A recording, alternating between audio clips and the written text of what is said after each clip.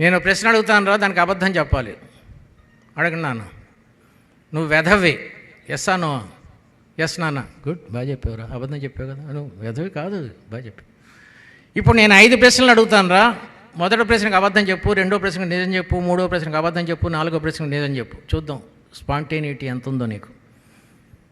మీ friends అందరూ బేవర్సగాళ్ళు, ఎస్సా no? ఏం చెప్పాలి వాడు? ఎస్ అనాలా, నో అనాలా? ఎస్సా నోవా?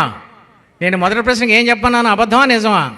రెండో ప్రశ్నకి, మూడో ప్రశ్నకి, నాలుగో ప్రశ్నకి, ఐదో ప్రశ్నకి, 5 ప్రశ్నలు అయిపోయినాయి. మీరు అన్నిటికీ నిజమే చెప్పారు, నేను చెప్పిందే చెప్పారు. పప్పులో కాలేశారు. ఏమండి, సీరియల్స్ చూడటం కన్నా బాగుందా లేదా పిల్లలతో ఆడుకోవటం? బాగుంటుందండి నిజంగా. మీరు జాగ్రత్తగా చేస్తే 10 ఉన్నాయి దీంట్లో. Intelligence, reflex actions, spontaneity. నేను ఇంటర్వ్యూ బోర్డులో స్పాంటేనిటీ గురించి ఒక అమ్మాయిల్ని అబ్బాయిల్ని అడిగాను ఒక ప్రశ్న. నేను అడగలేదు, సారీ, నా బాస్ అడిగాడు. నేను చాలా జూనియర్ని అప్పుడు.